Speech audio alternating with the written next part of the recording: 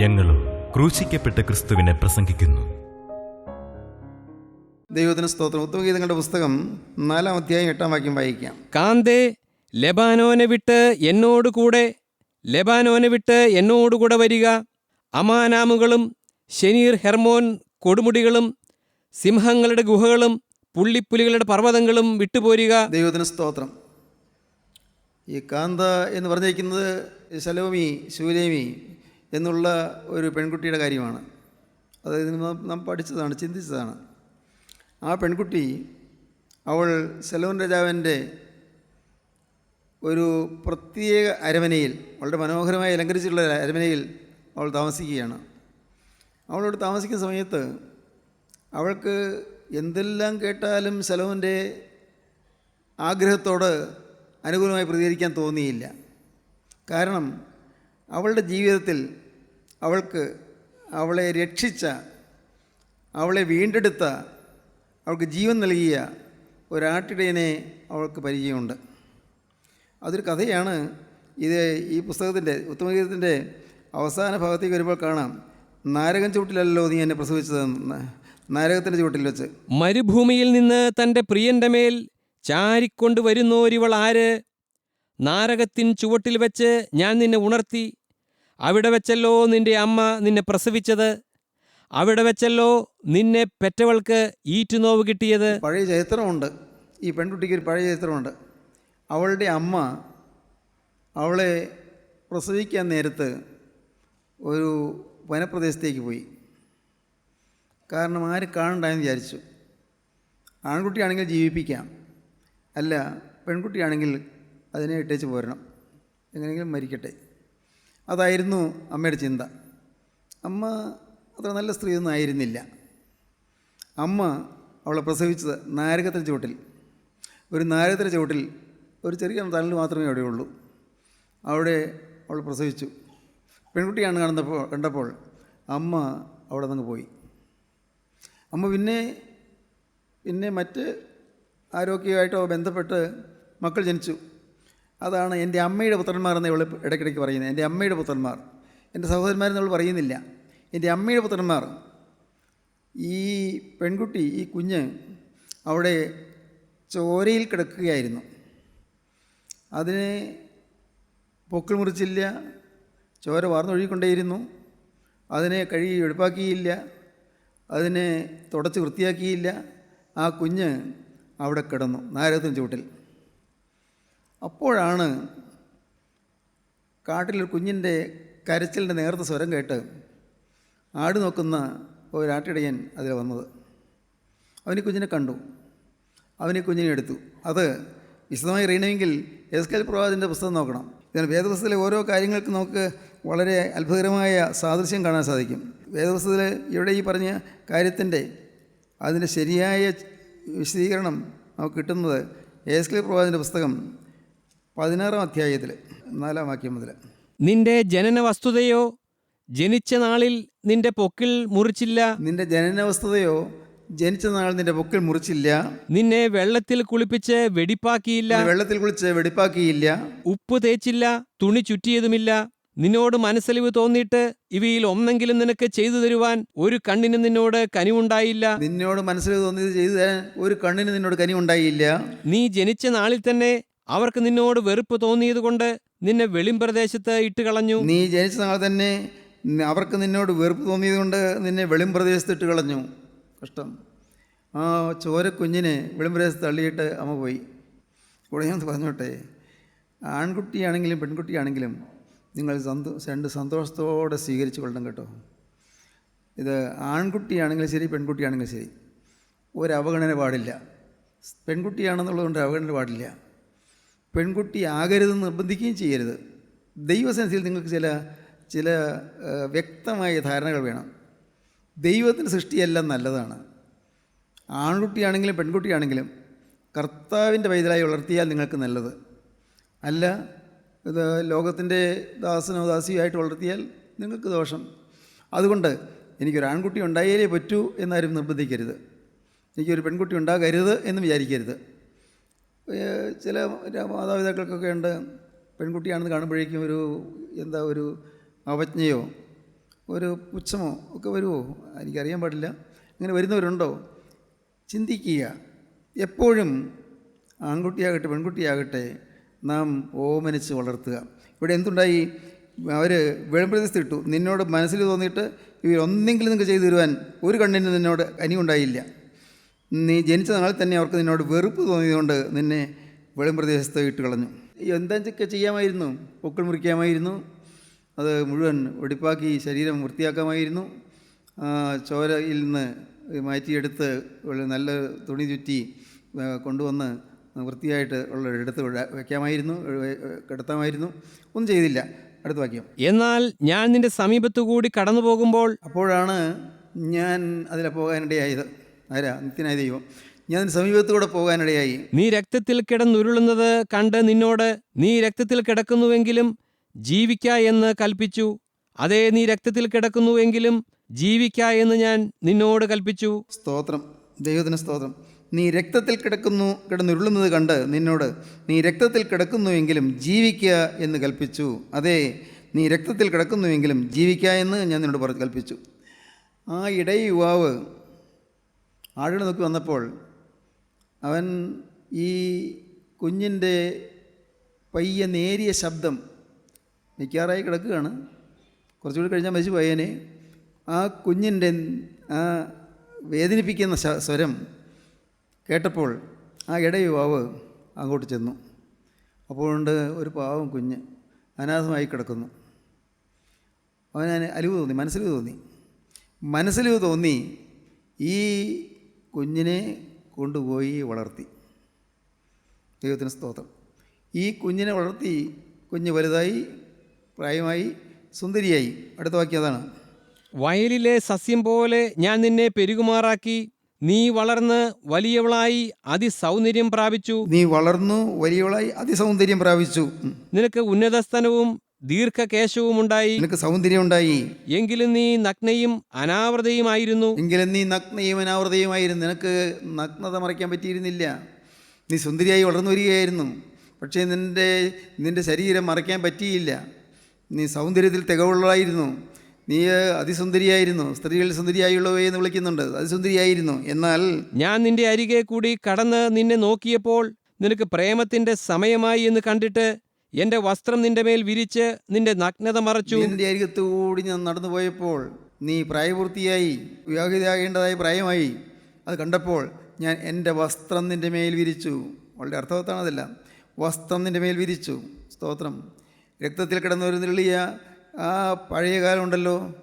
ഒരു സമയത്ത് വർഷങ്ങൾക്ക് മുമ്പ് നീ ആരോരും നോക്കാനില്ലാതെ അനാഥ ശിശുവായിട്ട് കാട്ടിൽ കിടന്നപ്പോൾ, നാരകത്തിൻ്റെ കിടന്നപ്പോൾ, നീ അനാഥയായി കിടന്നപ്പോൾ നിന്നെ നോക്കാൻ ആരും ഉണ്ടായിരുന്നില്ലല്ലോ.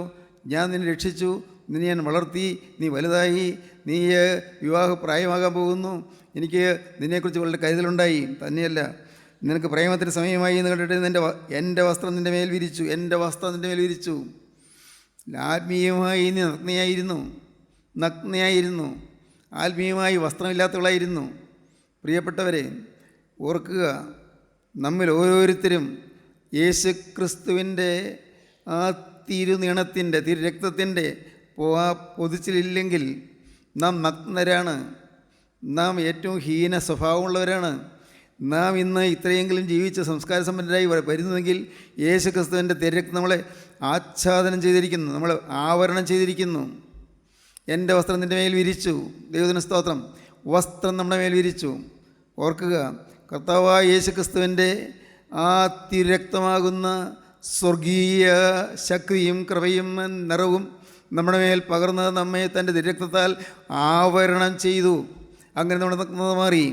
നീ നഗ്നയും അനാവൃതയുമായിരുന്നു. അനാവൃതം വെച്ചാൽ മൂടിയിട്ടില്ലാത്തവൾ, തുറന്ന് കാണിക്കുന്നവൾ, അനാവൃതയുമായിരുന്നു. പിന്നെ ഞാൻ നിന്റെ അരികെ കൂടി കടന്ന് നിന്നെ നോക്കിയപ്പോൾ നിനക്ക് പ്രേമത്തിന്റെ സമയമായി എന്ന് കണ്ടിട്ട് എന്റെ വസ്ത്രം നിന്റെ മേൽ വിരിച്ചു. എൻ്റെ വസ്ത്രം നിന്റെ മേൽ വിരിച്ചു. നിന്റെ നഗ്നത മറച്ചു. നഗ്നത മറച്ചു. ഞാൻ നിന്നോട് സത്യവും നിയമവും ചെയ്തു. നീ എനിക്കുള്ളവളായിത്തീർന്നുവെന്ന് യഹോവയായ കർത്താവിൻ്റെ അരുളപ്പാട്. ദൈവത്തിന് സ്തോത്രം. അങ്ങനെ നിന്റെ മേലെ വസ്ത്രം വിരിച്ചു കഴിഞ്ഞപ്പോൾ എൻ്റെ വസ്ത്രമാണ് നീ പോസിച്ചിരിക്കുന്നത്. അങ്ങനെ നീ അനുഗ്രഹിക്കപ്പെട്ടവളായിത്തീർന്നു. നീ സൗന്ദര്യത്തെല്ലാമുള്ള അതിസുന്ദരിയായ ഒരു പെൺകുട്ടിയായി തീർന്നു. എൻ്റെ വസ്ത്രമാണ് നിന്നെ വിരിച്ചത്. തന്മൂലം എൻ്റെ വസ്ത്രം വിരിച്ചതുകൊണ്ട്, എൻ്റെ വസ്ത്രം നിന്നെ മറച്ചതുകൊണ്ട് നീ എനിക്കുള്ളവളായി തീർന്നു. ഇടയനും ഈ പെൺകുട്ടിയും തമ്മിൽ ഉടമ്പടി നടക്കുകയാണ്. എന്താണ്? എന്നെ എൻ്റെ അമ്മയുടെ നിരാകരണം കൊണ്ട്, അമ്മ നിരസിച്ചതുകൊണ്ട്, അമ്മ എന്നെ തള്ളിയതുകൊണ്ട്, അനാഥയായി പോയിരുന്ന എന്നെ എടുത്ത് വളർത്തിയത് നീയല്ലോ എന്നെ സ്നേഹിച്ചത്, നീയാണല്ലോ എന്നെ കഴുകി വെടിപ്പാക്കിയത്, നിൻ്റെ വസ്ത്രമാണല്ലോ എൻ്റെ മേൽ വിരിച്ചത്. നാഥ, നിൻ്റെ വകയായി ഞാൻ എക്കാലത്തും ജീവിക്കും. ഉടമ്പടി ചെയ്യുകയാണ്. നോക്കൂ, ഇതാണ് സാക്ഷാത്തായ ഉടമ്പടി. നീ എന്നെ രക്ഷിച്ചതുകൊണ്ട്, നിൻ്റെ വസ്ത്രത്തിന്മേൽ ഇട്ടതുകൊണ്ട്, നീ എന്നെ പുതപ്പിച്ചതുകൊണ്ട്, എന്നെ നീ ആവരണം ചെയ്തതുകൊണ്ട്, നിൻ്റെ തിരുരക്തവും ചിന്തി എന്നെ നീ ആവരണം ചെയ്തതുകൊണ്ട് ഞാൻ നിൻ്റെ വകയായി തീർന്നു. അവൾ ഉടമ്പടി ചെയ്യുകയാണ്. അപ്പോൾ ഇടയൻ അവളോടും പറഞ്ഞു, അതേ, നീ എനിക്കുള്ളവൾ തന്നെ എന്ന് പറഞ്ഞു.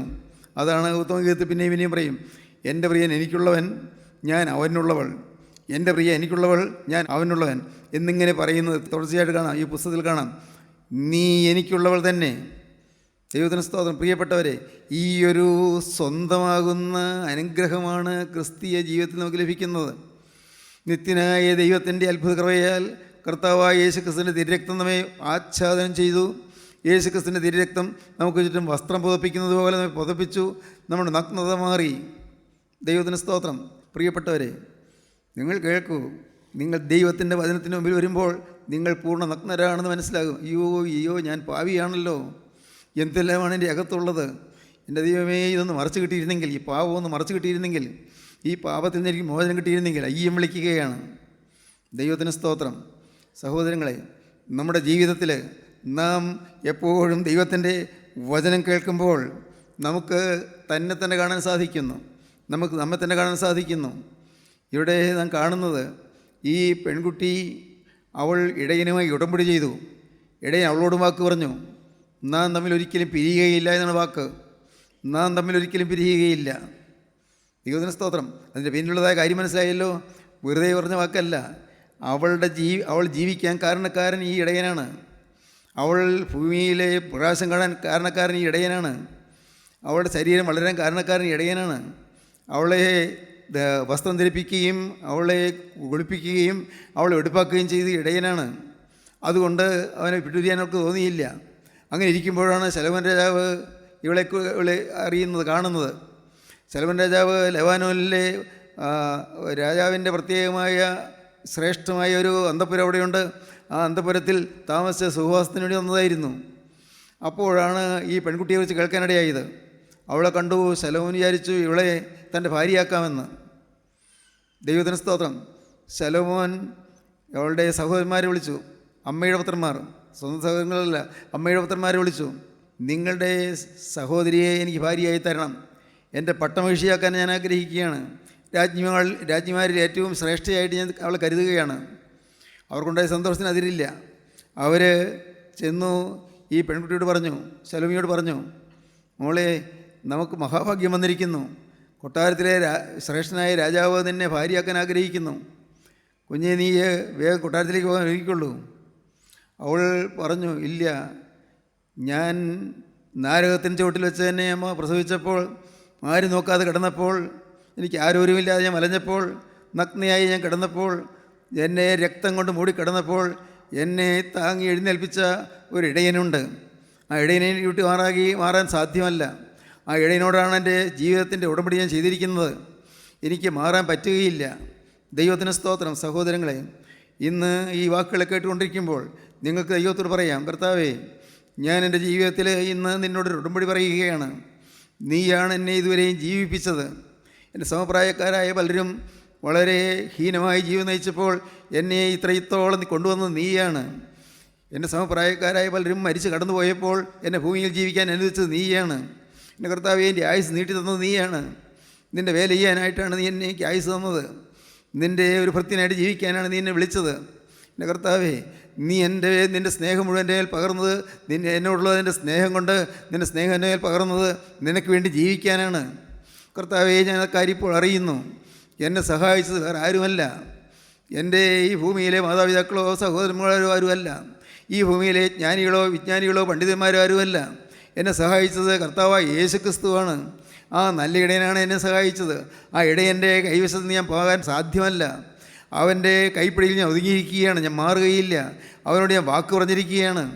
ജീവിതത്തിൽ ഞാനൊരു തീരുമാനമെടുത്തിരിക്കുകയാണ്. നോക്കൂ, അവളുടെ ദൃഢമായ നിശ്ചയം. ദൈവത്തിന് സ്തോത്രം. ഈ ശലോമി പറഞ്ഞപ്പോൾ അവർക്ക് ദേഷ്യം വന്നു. ദേഷ്യം വന്നിട്ട് അവർ പറഞ്ഞു, നിൻ്റെ സൗന്ദര്യത്തെ കൊണ്ടല്ലേ, നിൻ്റെ അഹങ്കാരമല്ലേ നീ പറയുന്നത്? നിന്നെ ഞങ്ങൾ മുന്തിരിത്തോട്ടത്തിന് കാവലാക്കി നിന്നെ നിർത്തുകയാണ്. അതുകൊണ്ട് സമ്മതിക്കാൻ നിർവാഹമില്ലല്ലോ. അവൾ മുന്തിരിത്തോട്ടത്തിന് കാവൽ നിന്നു. അതുകൊണ്ട് എന്തു പറ്റി? അവൾ കറുത്തിരുണ്ടുപോയി. സുന്ദരിയായ പെൺകുട്ടി, അവൾ കറുപ്പ് നിറം പറ്റി. അത് 1-ാം അധ്യായത്തിൽ പറയുന്നുണ്ട്. 1-ാം അധ്യായത്തിൽ വായിക്കൂ. എനിക്ക് ഇരുൾ നിറം പറ്റിയിരിക്കിയാലും ഞാൻ വെയിൽ കൊണ്ട് കറുത്തിരിക്കിയാലും എന്നെ തുറിച്ചു നോക്കരുത്. വെയിൽ കൊണ്ട് ഞാൻ കറുത്തിരിക്കിയാലും എന്നെ തുറിച്ചു നോക്കരുത്. എന്റെ അമ്മയുടെ പുത്രന്മാർ എന്നോട് കോപിച്ചു. എന്നെ മുന്തിരിത്തോട്ടങ്ങൾക്ക് കാവലാക്കി. അങ്ങനെ എൻ്റെ സൗന്ദര്യം ക്ഷയിച്ചു. മുഖം പ്രാകൃതമായി. ഞാൻ കറുത്തിരുണ്ടുപോയി. യെരുശലേം പുത്രിമാരെ, ഞാൻ കറുത്തവളെങ്കിലും കേദാര്യ കൂടാരങ്ങളെ പോലെയും ശലോമോന്റെ തിരശീലകളെ പോലെയും അഴകുള്ളവളാകുന്നു. ദൈവത്തിന് സ്തോത്രം. ഞാൻ കറുത്തവളായി പോയി, ഇരുൾ നിറം പറ്റി, പക്ഷെ എന്നാലും ഞാൻ അഴകുള്ളവളാണ്. ദൈവത്തിന് സ്തോത്രം. പ്രിയപ്പെട്ടവരെ, ജീവനുള്ള ദൈവത്തിൻ്റെ കൃപയാൽ നമുക്ക് കർത്താവ് ആത്മീയമായ അഴക് തരുവാൻ കർത്താവ് പ്രസാദിച്ചു. നമുക്കൊരു സുബോധം തരുവാൻ കർത്താവ് പ്രസാദിച്ചു. ഇന്ന് അത് തന്നെയാണ് നടക്കുന്നത്. നിങ്ങൾ ഈ വചനം കേട്ടുകൊണ്ടിരിക്കുമ്പോൾ നിങ്ങൾ കർത്താവ് സുബോധം തരികയാണ്. നിങ്ങൾ കർത്താവ് വെളിവ് തരികയാണ്. ഞാൻ ആരെയും തിരിച്ചറിയാനുള്ള കൃപ തരികയാണ്. ദൈവത്തിന് സ്തോത്രം. എൻ്റെ കർത്താവേ, നീ എന്നെ സ്നേഹിച്ച സ്നേഹം, എന്നോട് കരുണ തോന്നി ഇത്രയും കാലം നീ എന്നെ പരിപാലിച്ച സ്നേഹം, എനിക്ക് നീ വിദ്യാഭ്യാസം തന്നു, എനിക്ക് നീ ആരോഗ്യം തന്നു, എനിക്ക് നീ ഒരു കുടുംബം തന്നു. കർത്താവേ, എനിക്ക് ജീവിതത്തിൽ എല്ലാം തന്നു. ഇത്രയോളം നീ എന്നെ നടത്തിയല്ലോ. രോഗം വന്നപ്പോൾ രോഗം മാറ്റി തന്നു. പ്രശ്നങ്ങൾ വന്നപ്പോൾ പ്രശ്നങ്ങൾ പരിഹരിച്ചു തന്നു. പ്രതിസന്ധികൾ വന്നപ്പോൾ നീ എന്നെ കാവൽ ചെയ്തു. എൻ്റെ കർത്താവേ, എൻ്റെ ജീവിതത്തിൽ നീ എനിക്ക് നന്മ മാത്രം ചെയ്തു. എൻ്റെ താഴ്ചയിൽ നീ എന്നെ ഓർത്തു. എൻ്റെ ബലഹീനതയിൽ നീ എന്നെ കാത്തു. എൻ്റെ കർത്താവേ, എൻ്റെ നിസ്സാരതയിൽ നീ എന്നെ പരിപാലിച്ചു. എൻ്റെ ദൈവമേ, നീ എന്നോട് കരുണ കാണിച്ചല്ലോ. നാഥ, ഞാൻ നിനക്കുള്ളവളാകുന്നു, ഞാൻ നിനക്കുള്ളവനാകുന്നു. ഇതാണ് നമ്മുടെ സമർപ്പണം. ദൈവത്തിന് സ്തോത്രം. അവൾ പറയുകയാണ്, ദൈവത്തിന് സ്തോത്രം, എനിക്ക് ഇരുൾ നിറം പറ്റിയിരിക്കിയാലും, എനിക്ക് എൻ്റെ ശരീരത്തിൻ്റെ സൗന്ദര്യം പോയാലും, എൻ്റെ സഹോദരൻ എൻ്റെ അമ്മയുടെ പുത്രൻ എന്നോട് കോപിച്ചാലും എനിക്ക് ഭയമില്ല. ഞാൻ എന്നെ രക്ഷിച്ച ഇടയനെ ഞാൻ മറക്കുകയില്ല. ദൈവത്തിന് സ്തോത്രം. എന്നെ രക്ഷിച്ച ഒരു ഇടയനുണ്ട്. ആ ഇടയനെ ഞാൻ മറക്കുകയില്ല. ദൈവത്തിന് സ്തോത്രം. ശലോമോൻ രാജാവ് അവളെ കൊണ്ടുപോയി അവിടെ ആ ലബാനോനിലെ മനോഹരമായ കൊട്ടാരത്തിൽ പാർപ്പിച്ചു. അവിടെ അവൾക്ക് ചുറ്റും ശലോമോൻ്റെ കാര്യങ്ങൾ വർണ്ണിച്ച് കേൾപ്പിക്കാൻ ചില യെരൂശലേം പുത്രിമാരെ നിയമിച്ചു. അവരിങ്ങനെ പാട്ട് പാടിക്കൊണ്ടിരിക്കും. ശലോമോൻ്റെ അത്ഭുതകരമായ ശക്തിയെക്കുറിച്ചും വിജ്ഞാനത്തെക്കുറിച്ചും എല്ലാം വർണ്ണിച്ച് പാടിക്കൊണ്ടിരുന്നു. ഇവളിതെല്ലാം കേട്ടിട്ടും അവൾക്ക് ഒരു കൂസലുമില്ല. എല്ലാ പാട്ടും കേട്ടിട്ട്, അല്ലയോ ശലോമി, നിനക്ക് ഇത്രയും സുന്ദരനായ ശലോമോനെ നിനക്ക് ഭർത്താവായി കിട്ടുന്നത് നല്ലതല്ലയോ? ഇത്രയും ജ്ഞാനിയായ മഹാജ്ഞാനിയായ ഒരു രാജകുമാരനെ നിനക്ക് ഭർത്താവായി കിട്ടുന്നത് നല്ലതല്ലയോ? അവളതിനെല്ലാം പറയും, യെരൂശലേം പുത്രിമാരെ, വയലിലെ ചെറുമാനുകളാണ്, പേടമാനുകളാണ്, പ്രേമത്തിന് ഇഷ്ടമാകുമ്പോൾ ഇളക്കരുത്, ഉണർത്തുകയും വരുത്. അവൾ തറപ്പിച്ചു നിന്നു. ദൈവത്തിന് സ്തോത്രം. അപ്പോഴാണ് വരുന്നത് ഇടയൻ കുന്നുകളിന്മേൽ ചാടിയും മലകളിൽ കുഴി ഓടിയും മഞ്ഞ് അണിഞ്ഞ കുറുനിരകളോടുകൂടി ഇടയൻ പാഞ്ഞു വരുന്നു. പ്രിയ കിടക്കുന്ന അന്തപുരത്തിൻ്റെ അതിലേക്ക് പാഞ്ഞു വരുന്നു. പ്രിയം പറയുകയാണ്, അതാണ് നമ്മുടെ ചിന്താവിഷയം. കാന്തേ, ലെബാനോനെ വിട്ട് എന്നോടുകൂടെ വരിക. അമാന മുകളും ശനീഹമോൻ കൊടുമുടികളും സിംഹങ്ങൾ ഗുഹകളും പുള്ളിപ്പുലികളുടെ പർവ്വതങ്ങൾ വിട്ടു പോരുക. സ്തോത്രം. കാന്തേ, ലെബാനോനെ വിട്ട് എന്നോടുകൂടെ പോരുക. ദൈവത്തിന് സ്തോത്രം. വളരെ വ്യക്തമായൊരു ആഹ്വാനമാണ്. എന്നോടുകൂടെ പോരുക. നീ ഈ വനഗ്രഹത്തിൽ, ഈ കൊട്ടാരത്തിൽ തറ്റി നിൽക്കേണ്ടവളല്ല. നീ രാജാധിരാജനായ കർത്താവായ യേശുവിൻ്റെ മണവാട്ടിയാണ്. നിങ്ങൾ കേൾക്കൂ, നാം ക്രിസ്തുവിൻ്റെ മണവാട്ടിയാണ്. ജീവനുള്ള ക്രിസ്തുവിൻ്റെ സ്വന്തമാണ്. അതുകൊണ്ടാണ് അപ്പോസ്തലനായ പൗലോസ് പറഞ്ഞത്, 2 കൊരിന്ത്യർ ലേഖനം 11-ാം അധ്യായം 2-ാം വാക്യം, ഞാൻ ക്രിസ്തു എന്ന ഏകപുരുഷന് നിങ്ങളെ നിർമ്മല കന്യകയായിപ്പിക്കാൻ വിവാഹ നിശ്ചയം ചെയ്തിരിക്കുന്നു. സർപ്പമുഖമായി വായത്താൽ ചതിച്ചതുപോലെ നിങ്ങളുടെ മനസ്സ് ക്രിസ്തുവിനോടുള്ള ഏകാഗ്രതയും നിർമ്മലതയും വിട്ട് വഷളായി പോകുമെന്ന് ഞാൻ ഭയപ്പെടുന്നു. ദൈവത്തിന് സ്തോത്രം. നിങ്ങളുടെ ജീവിതത്തിൽ നിങ്ങൾ ഏകാഗ്രത വിട്ടുപോകുമോ എന്ന് ഞാൻ ഭയപ്പെടുന്നു. അപ്പോസ്തലൻ പറയുകയാണ്, നിങ്ങൾ വാസ്തവത്തിൽ ക്രിസ്തുവിന് വേണ്ടി വിവാഹം നിശ്ചയം ചെയ്യപ്പെട്ട കന്യകയാണ്. ക്രിസ്തുവിന് വേണ്ടി വിവാഹം നിശ്ചയപ്പെട്ട കന്യകയെപ്പോലെ ഇവിടെ ഇതാ ശൂലേമി അതിന് ഉദാഹരണമായിരിക്കുന്നു. ശൂലേമി അവൾ ക്രിസ്തുവിന് വേണ്ടി അഥവാ ഇടയന് വേണ്ടി വിവാഹം നിശ്ചയപ്പെട്ട് കഴിഞ്ഞിരിക്കുകയാണ്. ആ ഇടയൻ വന്ന് അവൾ വിളിക്കുകയാണ്, കാന്തേ ലെബാനോനെ വിട്ട് എന്നോട് വരിക, ശനീഹർമോൻ കൊടുമുടികൾ വിട്ട് എന്നോട് വരിക, അമാനാമുകൾ വിട്ട് എന്നോട് വരിക. ഇന്ന് ആയിരിക്കുന്ന സ്ഥലത്ത് നിന്ന്, ഇന്നായിരിക്കുന്ന സ്വഭാവത്തിൽ നിന്ന് വിട്ട് ഇങ്ങോട്ട് വരിക. ലെബാനോനിലെ മനോഹരമായ അന്തഃപുരമുണ്ട്. ലെബാനോനിലെ അത്യന്തം ശ്രേഷ്ഠമായ സുന്ദരമായ അന്തഃപുരങ്ങൾ, അരവനകളുമുണ്ട്. ലെബാനോനിലെ വനഗ്രഹം അത് ഏറ്റവും ശ്രേഷ്ഠമാണ്. കേദാരി കൂടാരങ്ങളേക്കാൾ ശ്രേഷ്ഠമാണ്. അത് മനോഹരമായ കൂടാരമാണ്. ഈ ലോകത്തിൽ ഇമ്പങ്ങളുണ്ട്, സന്തോഷങ്ങളുണ്ട്. ഈ ലോകത്തിൽ സുഖപ്രദമായ പലതും നിങ്ങൾക്കുണ്ട്. എന്നാൽ അതെല്ലാം വിട്ട് എന്നോട് വരിക.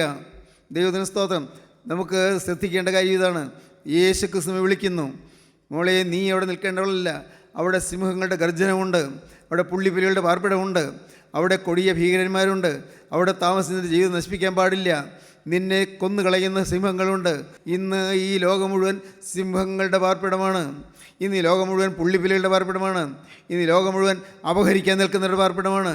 ഇന്ന് നമ്മിൽ നിന്ന് എന്തെങ്കിലും ആദായം എടുക്കാൻ നോക്കുന്നവരുടെ പാർപ്പിടമാണ്. നമ്മെ ചൂഷണം ചെയ്ത് എന്തെങ്കിലും വകവരുത്താൻ നോക്കുന്നവരുടെ പാർപ്പിടമാണ്. ഈ ലോകത്തിൽ സന്തോഷങ്ങൾ, ലോകത്തിൻ്റെ ഇമ്പങ്ങൾ, ലോകത്തിൻ്റെ സുഖങ്ങൾ എല്ലാം താൽക്കാലികം. എല്ലാം നിങ്ങളെ പിച്ചി ചീന്തുന്നത് മാത്രമാണ്. പിച്ചി ചീന്തിക്കളയും. ദൈവത്തിന് സ്തോത്രം. പ്രിയപ്പെട്ടവരെ, മറക്കരുത്, ഈ ലോക ജീവിതം അത് ഒരിക്കലും ശാശ്വതമല്ല. ഈ ലോക ജീവിതത്തിൽ സന്തോഷം കണ്ടെത്താൻ നോക്കുന്ന അപകടമാണ്. എന്നാൽ ഈ സന്തോഷങ്ങളെല്ലാം വിട്ട് ഒരു കാര്യം ചെയ്യൂ. എല്ലാ ഭൗതിക സന്തോഷങ്ങളും വിട്ട് യേശുവിൻ്റെ കൂടെ പോകാൻ നിങ്ങൾ പുറപ്പെടുക. കർത്താവിന് സ്തോത്രം. കർത്താവ് പരിശുശ്രൂഷ ആരംഭിക്കുമ്പോൾ കർത്താവ് ശിഷ്യന്മാരെ തൻ്റെ അടുക്കിലേക്ക് വിളിച്ചു. ശിഷ്യന്മാരായിട്ട് വന്നു. ആദ്യം അന്ത്രയോസും യോഹന്നാനുമാണ് വന്നത്. അന്ത്രയോസ് പത്രോസിൻ്റെ സഹോദരനാണ്. യോഹന്നാൻ യാക്കോബിൻ്റെ സഹോദരനാണ്. അവർ രണ്ടുപേരും യോഹന്നാൻ സ്നാപകൻ്റെ ശിഷ്യന്മാരായിരുന്നു. യോഹന്നാൻ സ്നാപകൻ്റെ ശിഷ്യന്മാരായിരുന്നവർ അവരെ യോഹന്നാൻ സ്നാപകൻ്റെ അടുക്കൽ നിൽക്കുമ്പോൾ, യോർദാനാറ്റിൽ ആറ്റരിയിൽ നിൽക്കുമ്പോഴാണ് യേശു കടന്നു പോകുന്നത്. അപ്പോൾ യോഹന്നാൻ സ്നാപകൻ യേശുവിനെ ചൂണ്ടിക്കാണിച്ചു, ഇതാ ലോകത്തിൻ്റെ കുഞ്ഞാട്, ഇതാ ദൈവത്തിൻ്റെ കുഞ്ഞാട്, ഇതാ ലോകത്തിൻ്റെ പാവം ചുമന്നൊഴിക്കുന്ന ദൈവത്തിൻ്റെ കുഞ്ഞാട്, ലോകത്തിൻ്റെ പാവം ചുമന്നൊഴിക്കുന്ന ദൈവത്തിൻ്റെ കുഞ്ഞാട് എന്ന് കേട്ടപ്പോൾ അവർക്ക് കൗതുകം തോന്നി. ഈ അന്ത്രയോസും യോഹന്നാനും യേശുവിൻ്റെ പിന്നാലെ നടന്നു. യേശു പോയ വഴി അങ്ങ് നടന്നു. അവർ യോഹന്നാൻ സ്നാപകനെ വിട്ടിട്ട് യേശുവിൻ്റെ കൂടെ പോയി.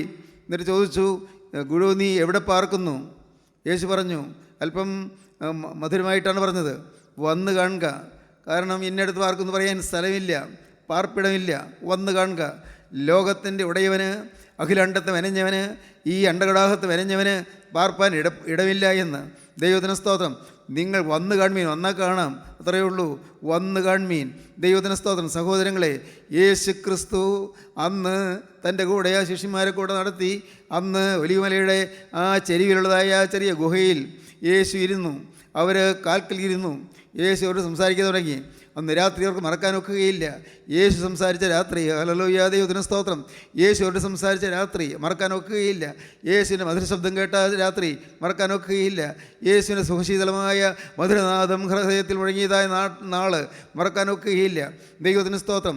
ഇന്ന് രാവിലെ യോഹന്നാൻ ചെന്നു, യാക്കോബിനെ വിളിച്ചു. യാക്കോബിനെ വിളിച്ചുകൊണ്ട് വന്നു. അന്ത്രയോസ് പോയി ശീമോനെ വിളിച്ചുകൊണ്ട് വന്നു. ദൈവത്തിന് സ്തോത്രം. കൂടുതൽ വരികയാണ്. യേശു വരിക എന്ന് വിളിക്കുന്നു. വരിക. എൻ്റെ സഹോദരങ്ങളെ, നിങ്ങളെ യേശു വിളിക്കുകയാണ്. നിങ്ങളെ യേശു വിളിക്കുന്നു. മോളെ വരിക എന്നാണ് വിളിക്കുന്നത്. മോനെ നീ വരിക എന്നാണ് വിളിക്കുന്നത്. നിനക്ക് വേണ്ടി ഞാൻ എല്ലാം ചെയ്തല്ലോ എന്നാണ് പറയുന്നത്. നിന്നെ ഞാൻ രക്തം കൊണ്ട് പുതപ്പിച്ചല്ലോ എന്നാണ് പറയുന്നത്. നിന്നെ രക്തം കൊണ്ട് ഞാൻ ആവരണം ചെയ്തല്ലോ എന്നാണ് പറയുന്നത്.